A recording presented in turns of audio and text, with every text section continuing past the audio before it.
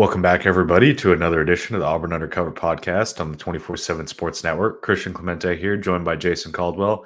Jason, we changed up the schedule a little bit. Ended up recording the golf podcast with Coach Nick Kleinert last night. That was up on Tuesday, so if anyone missed that and you are interested in Auburn golf, even in the slightest, I would highly recommend going and listening or going to watch that or whatever.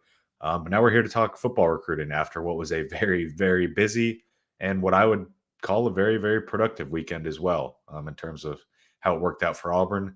Before we get into that, if you're watching on YouTube and you're not subscribed already, definitely make sure to go and do that down below. That does not cost you anything, and we are extremely close to 10,000 subs. So it would be appreciated if you could subscribe to the YouTube. Jason, let's start with easily the biggest news piece of the day, from talking to different recruits on Sunday. Caleb Cunningham, the five-star wide receiver who openly called Auburn his leader. He's called other schools his leader before as well, so you have to be hesitant a little bit, but it is obviously still very noteworthy, and it's one that I've kind of said that if a school is going to pull him out of Mississippi and pull him away from Ole Miss and Mississippi State, I think Auburn would be that school, and that was backed up very well by talking to Caleb on Sunday.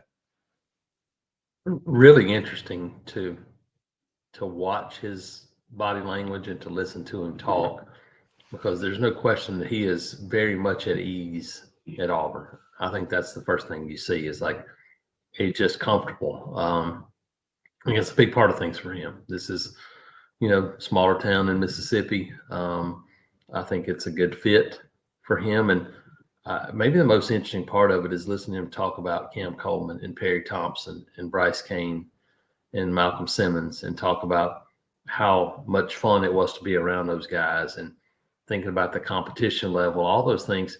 I think for a long time, people have thought, well, you got guys at a position, that means you're not going to get guys there for a while. I think we're starting to see that no, the more guys you have, the more guys want to go play with them and create that competition and have that camaraderie. And I think that's exactly what Caleb Cunningham was looking at. Will it be enough for Auburn? I don't know. But I think they absolutely have put themselves in there, and having the combination of Derek Nix and Marcus Davis may be the thing that in the end, may be the biggest part of things for Auburn. You got two coaches that have spent time recruiting him. You got relationships with two guys. I think that's going to be a big part of things for this one, and it may end up being the thing for Auburn in the end. Yeah, and I think two of the things that were really interesting there were the fact that he said that he felt like he was kind of close to doing something, but he decided to stay patient and hold off just a little bit. But he also noted that he's been thinking that he wants to commit in December, sometime right around signing day. But he thought that could get moved up here within the next couple months or so. And then the biggest thing for me is and it's been this way since the spring. And we talked about it last week going into the official visit, but he'll be back for Big Cat Weekend. This is a huge one where you have a chance to get him committed at Big Cat. I think that's going before this official visit. I wouldn't have said that would really be possible. I do think that's possible now going into Big Cat. Now, will Auburn be able to pull that off? I don't know. I'm just throwing that out there that I think that's Auburn's got him on the hook a little bit, and I think they've got that possibility for Big Cat Weekend. Jason, the other five-star that was there, Naim Offered, someone that we're very familiar with, and someone that's very familiar with Auburn as well. He's been to Auburn quite a bit, but had not been back to Auburn since committing to Ohio State. And so he returns with his whole family over the weekend. He actually ends up staying a little bit longer. He kind of wanders around for the elite camp on Sunday, spends a lot of time with Crime Dog, spends time with Hugh Freeze. And look, Auburn's put in the full court press on, said going into the visit that Auburn's trying to chip away a little bit. I think they did chip away. Now, will it be enough? I don't know. Jason, as we've noted on here, the good thing for Auburn is he's 2 hours away and you can get him back on campus a couple more times this year. Yeah, this one feels to me like you're still behind, but there's still a long way to go. I mean, it's still a long way to December when you start thinking about recruiting and the opportunity to get a guy back on campus a few times. And this is one that to me feels like might hinge on what kind of season Auburn has on the field. And if he feels like, hey, this is a team that's getting ready to take it to the next level, go be a part of that. to me, this one feels like it may, and he hasn't said that, but that's what it feels like to me. It's like he's kind of waiting on Auburn to kind of, okay, give me that reason to Proof of believe. concept a little bit. Yeah, that's it. And I think that's some of it. So this is one I don't think is going to be over with till December. Um, and I think solidly committed to Ohio State right now, but I think Auburn has put themselves in position to be there. Now I just think you're going to have to show some of those things on the field. That's what that one feels like to me. No, I'd agree with that. I mean, look, you've already shown that you can get DBs to the league. Charles Kelly, especially, Crime Dog as well, and then Auburn over the past 5, 6, 7 years or whatever has shown that you can put guys in the league. I think another thing, honestly, could be the play of Kay and Lee this fall as well. Look, he came in and started decent amount of games there as a freshman, played quite a bit. He's going to be one of your starting cornerbacks as a sophomore as well. It's kind of funny. You can almost pitch to Naim Offered, hey, we flipped this guy from Ohio State. He was starting right away as a freshman, and now he's starting again as a sophomore, and he's playing really, really well. So if you can show improvement on the field as a team, you have the pedigree there at defensive back a little bit, and you kind of use that to your advantage with Naim Offered. One of the other big ones that was on campus, Brody Schaefer, ranked as highly by some sites as a 5-star. I know we have him as a high 3-star. He's a 4-star in the composite, so that kind of balances everything out. But it was the visit went about how I kind of thought it would, to be honest, in the sense that I thought Auburn was in the lead. I thought they were in a really good spot to land him. And he said after the visit that the visit helped make his decision easier, in the sense that he wants to have a commitment sometime this summer, sometime at the end of June, early July. And he said this visit made my decision easier, and that he feels pretty good about where things stand. And he's going to take 2 more official visits to Texas Tech and Texas A&M. And then he said, I might commit, a week after that last official visit, which is on June 21st. So this is one squarely on commit watch, one that Auburn has prioritized heavily as a true kind of tier 1 offensive tackle target. And I think they, for a lot of different reasons, as we've discussed on here, Jason, I think Auburn's in a really good spot. Yeah, I think one of the things is the starting point is you think about, oh man, some guys you might be worried about a Texas A&M trip. I don't think this guy is going to be influenced by bells and whistles and all those things. That's just not who he is. He's going to be influenced by an environmental school. Right, like yeah, but it's relationships and sitting down and talking and that we talked to a few folks that were around and said, look, that's the biggest thing he enjoyed was the fact that it wasn't a bunch of pressure to go out and do some things. It was like, hey, let's relax and just hang out and play. I think play some video games, do some things. That's who he was, and I think Auburn nailed it and has nailed it with him. Jake Thornton and going to watch him, in his doing some of his theater stuff. And I think this is a guy that, and I've said it before, his recruiting and even his play on the field reminds me a little bit of Braden Smith. Now, he's not as big as Braden was yet. He's going to be. He's got a big frame, but you watch him on the field, he's really physical, intense. He blocks guys to the whistle and beyond. But you talk to him off the field and you go, man, where'd that come from? That's the same thing you thought with Braden Smith a little bit too. Midwestern guy, same thing. There's a lot of similarities, and Braden Smith really excelled at Auburn, and obviously he's now still playing in the NFL. And so that's what this one feels a little bit like to me. Let's go with Elijah Melendez here, because this is an interesting one. The Miami linebacker commit from Osceola, Florida. It's an interesting recruitment, mainly because Michigan has been looked at as the primary school that has been trying to flip Elijah Melendez. Auburn has been in it for a long time. Josh Aldridge was one of the first guys to offer him back kind of last spring, and that was the last time he visited was last spring, as in the spring of 2023. But DJ Durkin comes in, identifies Melendez as one of his top linebacker targets, gets him on campus this weekend for an official. He was actually supposed to come up in the spring, but couldn't make it. And by all accord, seemed to have gone really, really well. He said he wants to come back for Big Cat Weekend. He knows he'll come back in the fall for a multi-day visit with his mom. He only came with his older brother and a teammate at his high school as well this weekend, but went really, really well. The interesting thing there is he said that him and DJ Durkin have a similar kind of connection on and off the field, how they see the game of football. And look, pulling him away from Miami is going to be really tough. But if any school is positioned to do it right now, it's Auburn. Yeah, it's really interesting. I think the first thing that when you see Elijah Melendez, you see a guy that you go, and that's a impact player as a freshman type of build. When you see him, I mean, he looks like a guy that's 22 years old. As a matter of fact, kind of, I mean, if you said, hey, you're walking by, he goes, man, that it has a very similar frame and look to Micah Riley, kind of similar looking guy, and so. And Mike is a guy that's going to his third year. And so you think about older, bigger guys and extremely athletic, physical. And once again, DJ Durkin's name gets brought up by a linebacker recruit. And we've heard this time and time again already in this process. And we'll see who it is. And I think there's probably a couple of them. But I think DJ Durkin's going to get a couple of guys that maybe people didn't think Auburn had a chance to get, and Elijah Melendez could be one of those guys. Yeah, I mean, you've already got one in Tyler Lockhart. That was you stole exactly what I was going to say. I think Auburn will get one of Elijah Melendez, Jaden Perlotti, or Daryl Duke Johnson. Melendez committed to Miami, Perlotti committed to Georgia, Duke Johnson committed to Alabama. I don't know which one. Melendez just officially visited.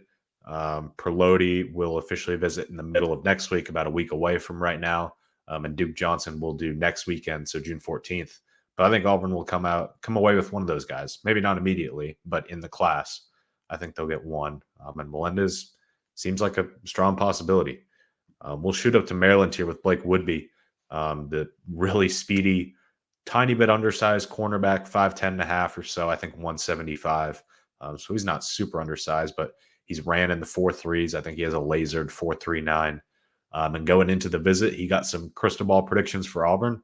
And I would not say that I necessarily disagree with those, but I don't think there's anything imminent here. And he kind of said that. He said, look, I rushed into a commitment to Ohio State the first time, so I want to take my time through this process. He's going to go see Maryland, Cincinnati. He's going to see Oregon as well, Georgia as well. But I think when it boils down to it, I think Auburn is best positioned here as long as they want him. And by all accounts, they do. And he'll be back for Big Cat Weekend as well. Look, I wrote about it in my confidential, real quick side note. But I think in terms of overall talent, this could be the biggest Big Cat Weekend they've ever had in terms of you'll have your 50 guys or whatever, but it's going to be 50 just top of the line dudes from 1 to 50. Yeah, I agree. And talking about Woodby, I think one of the things to think about this one too is numbers. You look at Auburn and when you lose Colton Hood, and you start looking at the numbers at corner, and you didn't bring in a huge corner class this past year, and Keontae Scott will be gone, and when you're recruiting corners, you're recruiting 3 positions because that's where your nickel comes from too, and so you start thinking about how many of those guys you got to have, and hey, they could sign 3 or 4 of those guys in this class. I mean, I think that's so you look at the number standpoint and you go, yeah, you want to take probably 3 or 4 different types of players, and you think about what you already have, and you have kind of the speedy, smaller but true cover guy, Devin Williams, and you think about Naim Offered and Woodby. They're different types of guys, and so you take them, and I think Auburn is the team to beat right now, I believe, but it might be later in the summer. I don't think this one goes to December before anything's done. I think nowadays you get guys that have options and have the ability to commit. I think you'll see him. I wouldn't be surprised if it was maybe before the start of the season, maybe sometime in August. I wouldn't be surprised to see something where he's like, okay, I'm ready to go. It may be sooner than that. One guy that might be ready to go before then, depending on how things play out, Kalen Edwards. A familiar name for Auburn fans. He was committed to Auburn, committed shortly after the Iron Bowl last fall. That's what it was. Has some Auburn connections up at his high school, and that helped him really kind of up at Dyersburg in Tennessee. That helped him commit early. When Jeremy Garrett departed for the NFL, he ended up backing off that pledge, decided he's going to reevaluate all his options. But Vontrell King-Williams has stayed on him, and he visited this weekend. And kind of the money quote there, Jason, I was not there. You were. You were the one that talked to him, but I believe it was, I'm thinking about coming back, or I'm thinking about jumping back in, something like that. You're basically saying I'm thinking about committing again. And I think Auburn is willing to take him still. I think they still have a spot for him along the defensive line.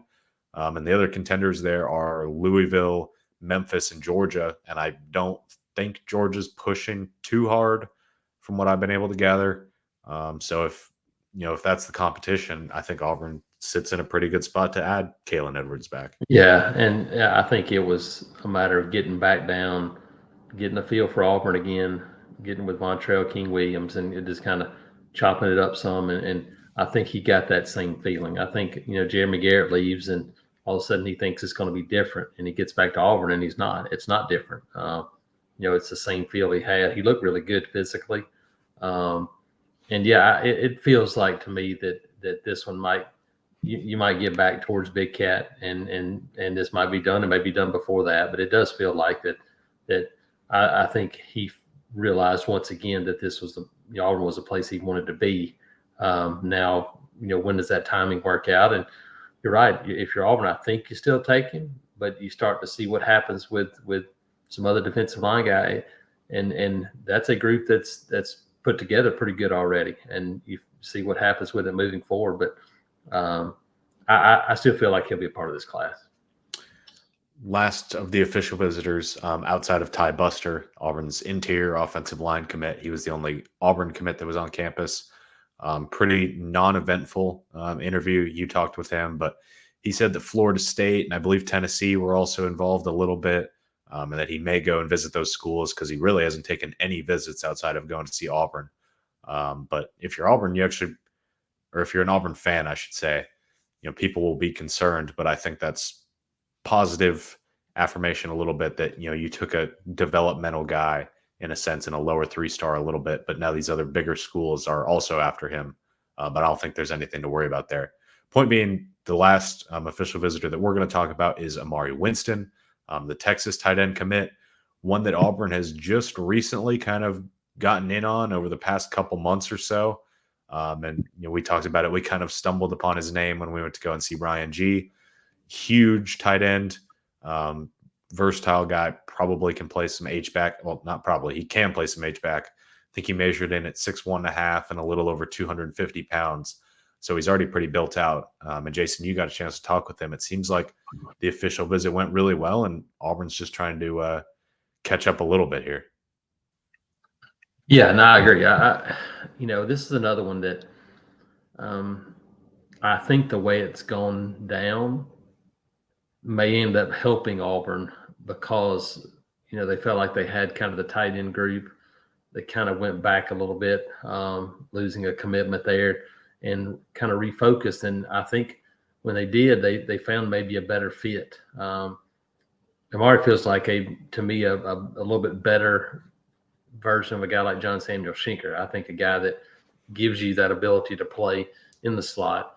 You can move him in a backfield and play an H-back role. You can split him out. I mean, I think he does a lot of different things. And the Ryan G connection, I think, is important. The thing that stood out to me with this one, he said, look, when he originally made a commitment to Texas, he didn't think that being close to home was a big deal. And now he said, now I do. I feel like it's a little bit more important. And, he had family, sisters there with him. And, while, you can get on an airplane and you can fly to Austin, do those things, it's still not being 2 hours away from home in a car. And so I think that's something to watch for. But this one, what will it take to overtake Texas? I don't know. But I think a couple of trips and coming to a game in the fall and doing some of those things could put Auburn in a really good spot for this guy. And I think that and continue to do what they've done with Rivaldo Fairweather and throwing the football and making plays at tight end. Those are two things I think will be really important.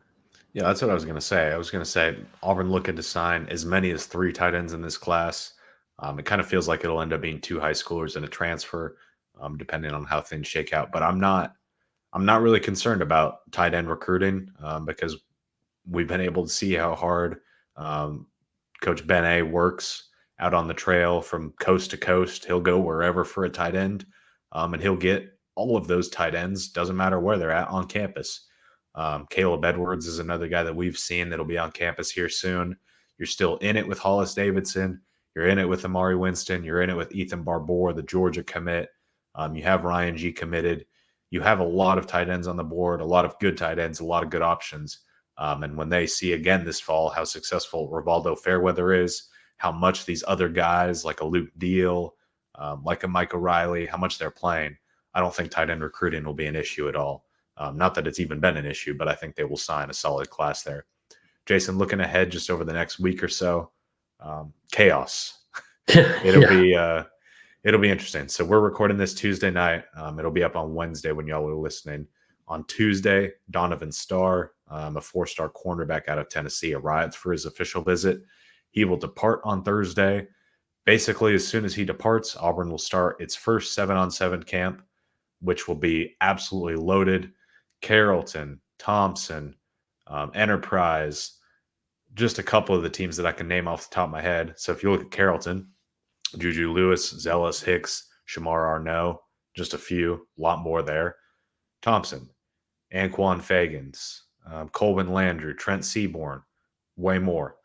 Enterprise, Eric Winters, Zion Grady, Andrew Purcell, way more. Again, those are three teams. There's I think 15 to 20 teams. There's a lot. It's probably a little bit more than that, to be quite honest. Yes, It's probably in the low 20s, and there'll be, I would guess, back-to-back days of 7-on-7 camps, so Thursday and Friday. I would guess right now, not knowing the full list of teams, I would guess there'll be 30 to 40 legit SEC level prospects, and there may be more than that, to be quite honest. That's going to be conservative. I think there'll be that many guys on campus in those 2 days or 7-on-7s. And for people that don't really kind of understand it, it's probably the best 2 evaluation days for a college football coach, because they're not having to coach guys. They're able to sit and watch, but they're also watching guys in their own offense, working with their own teammates or their own defense, working. And so they're within the framework of a system. And a lot of times you get in camp settings and it's just one-on-one drill, those are valuable. There's also something to be said for seeing how a guy works in a system and does some things. And so it's a really valuable tool. I don't know how many guys over the years that I've seen that became a guy more so in a 7-on-7 camp than they did, even an individual camp. There's been a lot of these guys over the years, and so looking forward to seeing kind of who blossoms and who becomes one of those guys this year. Yeah, so there's going to be a boatload of interviews and players that we'll be watching, and pictures and videos and everything on Thursday and Friday.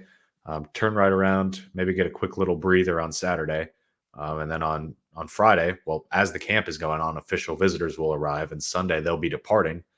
As of right now, we know of 4. Auburn offensive tackle commit Tavares Dice, Alabama wide receiver commit Derek Smith, uncommitted wide receiver Travis Smith, although Auburn is going to have to work very hard to knock off Georgia there. And then Jacoby Ward on the interior of the offensive line, a guy that Auburn has sat in a really good spot with for a while as well. Then you turn back around and 4 guys are set to arrive for official visits on Monday. 2 guys arrive on Tuesday. 2 guys arrive on Wednesday of next week, that is. So it will be a very, very chaotic. And the elite camp, yes. And also, another Sunday elite camp. Which Auburn O-line commit Cale Ellis just actually tweeted that he'll be there. So that's one. Yeah, and so we were told it's that a run of 7 or 8 days where between official visits and camps and those things, there'll probably be 100 or more SEC level kids on campus in a 5-day stretch. That's how you have to do it. That's how you have to get guys on campus. That's how you increase the talent level of a roster, is by getting those guys on campus and keeping them on campus and bringing them back.